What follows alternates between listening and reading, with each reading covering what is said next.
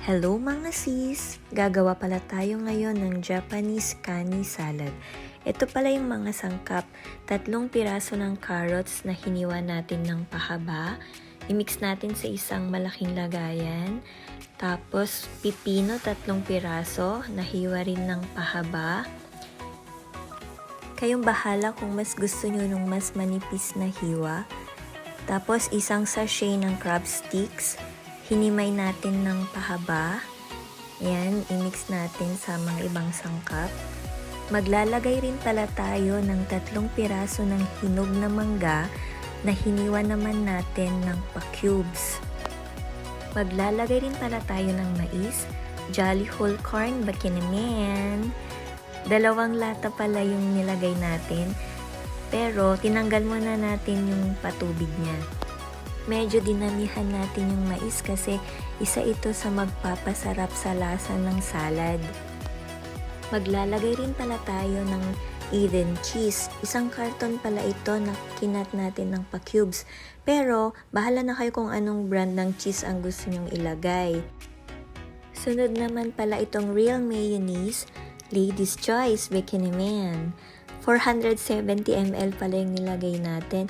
Pero kayong bahala kung gusto nyo mas konti lang, kayo na bahalang mag-adjust. Basta ako, nilagay ko lahat yung 470 ml na Lady's Choice Real Mayonnaise.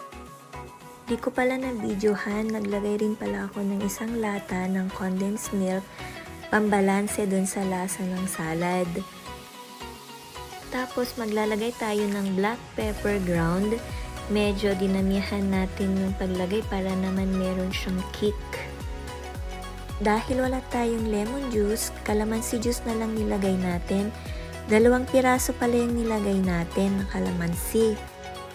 After nito, paghalo-haluin muna natin yung mga unang sangkap.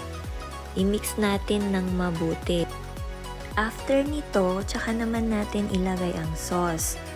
I-mix nating mabuti ang sauce dun sa mga naunang sangkap.